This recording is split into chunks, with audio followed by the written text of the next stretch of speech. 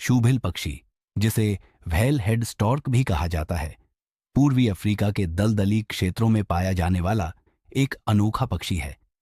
इसका नाम इसकी चौड़ी और जूते जैसी चोंच के कारण पड़ा।